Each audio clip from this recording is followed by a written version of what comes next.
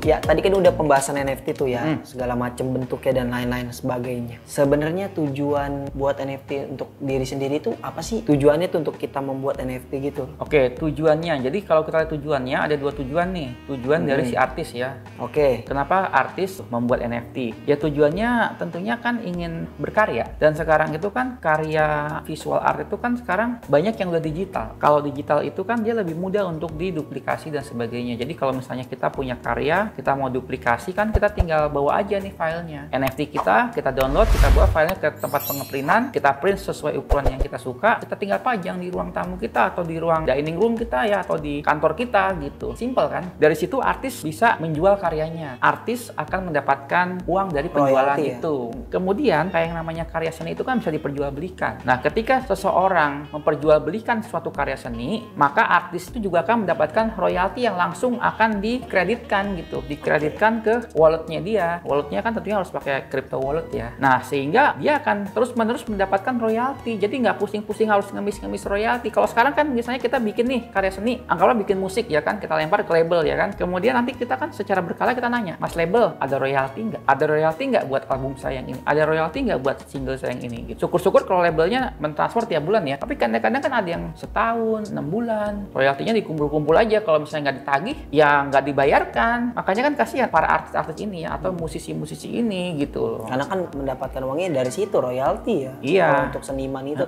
kalau menggunakan NFT, otomatis orang jual belikan, royaltinya langsung masuk ke dompetnya si artis tersebut. Jadi dia nggak pusing lagi nagih. Dan semakin harganya tuh diapresiasi semakin tinggi. Misalnya nih, kan royaltinya tuh kan antara 5 sampai 15% ya. Anggaplah kita ambil titik tengahnya aja 10%. Kemudian suatu karya seni gitu, anggaplah karya lukisan dihargai misalnya 1 miliar, terjual 1 miliar. Otomatis kan 10% dari 1 miliar itu kan buat si artis. Jadi 100 juta itu buat artisnya itu sendiri. Dan itu akan terus menerus selamanya. Selama ada orang yang memperjualbelikan karya seni tersebut. Kan artis itu bikin karya seni nggak cuma satu, bisa ada puluhan, ada yang ratusan, ya kan? Anggaplah sebulan ada 5 sampai 10 karya seni yang diperjualbelikan dengan harga rata-rata anggaplah 100 juta, ya kan lumayan tuh kalau misalnya 5 karya seni terjual belikan setiap bulan aja kan 5 kali 10 aja udah 50 juta. Iya, udah gitu kita nggak pusing-pusing harus menagih-nagih ke atau mengemis-ngemis ke label atau ke agent-agent kita gitu kan, seperti itu. Dan bisa terpantau lagi, oh nih uang yang masuk sekian, baru sekian gitu. Kalau label kan berapa, tapi kan nggak enak ngomongnya ya. Iya, nanti ada dianggapnya nih artis nagih-nagih mulu gitu kan. Dan enaknya kalau NFT itu artis itu bisa dengan mudah memproduksi sendiri dan mempublikasikan gitu. Nggak perlu pihak lain, nggak perlu pihak ketiga. Jadi kayak kita jualan di marketplace aja, kayak di marketplace hijau atau di marketplace oranye ya. Kan kita tinggal upload aja kita mau jual apa, nggak ada pihak lain perantara. Sama. Nanti si marketplace-nya mungkin ambil komisi berapalah, 1% kah, 2% dari yang ditransaksikan. Kalau dari sisi user kita, dari sisi kolektor, tentunya apa ya, kita bisa mendapatkan karya-karya seni yang bagus, yang berkualitas, yang beda gitu kan. Kalau kolektor itu menyimpan karya seni itu untuk apa sih? Untuk dinikmati kan. Dipajang, dilihat, dipamer-pamer ya kan. Ini gue punya NFT mahal nih gitu kan. Gue punya NFT yang sekarang kan yang lagi rame kan Bored Ape Yacht Club ya, BAYC. Itu kan salah satu NFT mahal. Kalau misalnya lo pamerin, nih gue punya BAYC, pasti lo dibilang sultan. Karena kan harga satu NFT BAYC itu kan harganya miliaran. Wah, sultan gitu. Untuk dipamerkan. Dan juga tentunya untuk investasi. Yang namanya lukisan, mungkin karya-karya seni kendi-kendi atau mungkin patung-patung, karya seniman-seniman yang terkenal gitu kan. Itu kan banyak diburu kolektor, disimpan. Nanti 10 tahun lagi, 20 tahun lagi dijual lagi, harganya udah meningkat. Nah, kalau kalian pernah dengar namanya Balai Lelang Christie, Balai Lelang Sotheby's, itu kan dia melelang karya seni. Balai Lelang karya seni, lukisan lah, mungkin barang-barang antik berupa tembikar, patung, ya macam-macam gitu. Nah, sekarang yang tadinya secara fisikal itu diubah menjadi yang dalam bentuk digital. Jadi memudahkan kita untuk mengakses. Kan kalau kita mau membeli karya seni kan kita harus datang ke galeri, mungkin jauh ya kan, naik mobil dulu, naik angkot dulu gitu. Nah, kalau ini kan basisnya online. Kita tinggal lihat, kita suka, kita tinggal beli. Kita udah memiliki. Kalau kita mau pajang, kita tinggal print aja. Tinggal kita bawa ke pengeprintan terdekat di rumah misalnya kan. Kemudian kalau mau difigurain, tinggal dibawa ke tukang figura, terus tinggal dipajang. Simple. Nah, untuk lu sendiri nih Bro Enjo, lu sendiri nih bro.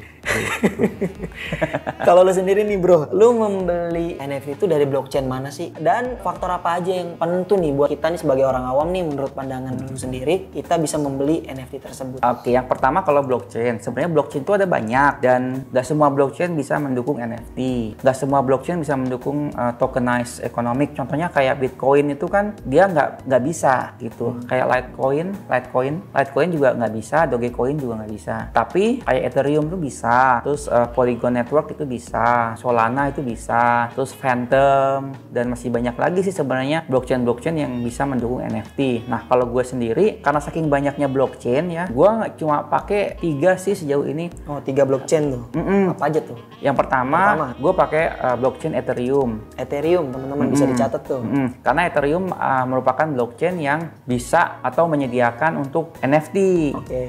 Dan itu juga komunitasnya besar. Banyak orang seniman-seniman yang menggunakan NFT ataupun komunitas-komunitas kolektor menggunakan Ethereum. Kemudian yang kedua itu gue pakai blockchain Polygon. Nah kalau Ethereum itu kan istilahnya itu blockchain untuk orang-orang yang kaya lah, tanda kutip kaya ya. Karena apa? Gas fee-nya kan gede. Jadi setiap kali lo transaksi di Ethereum itu kena gas fee-nya itu minimum antara 5 ke atas lah gitu. Ke atas tuh ya nggak ada limitnya. Kalau blockchain-nya lagi rame nih, sekali transaksi gue pernah kena fee itu sampai $25, $30 tuh pernah.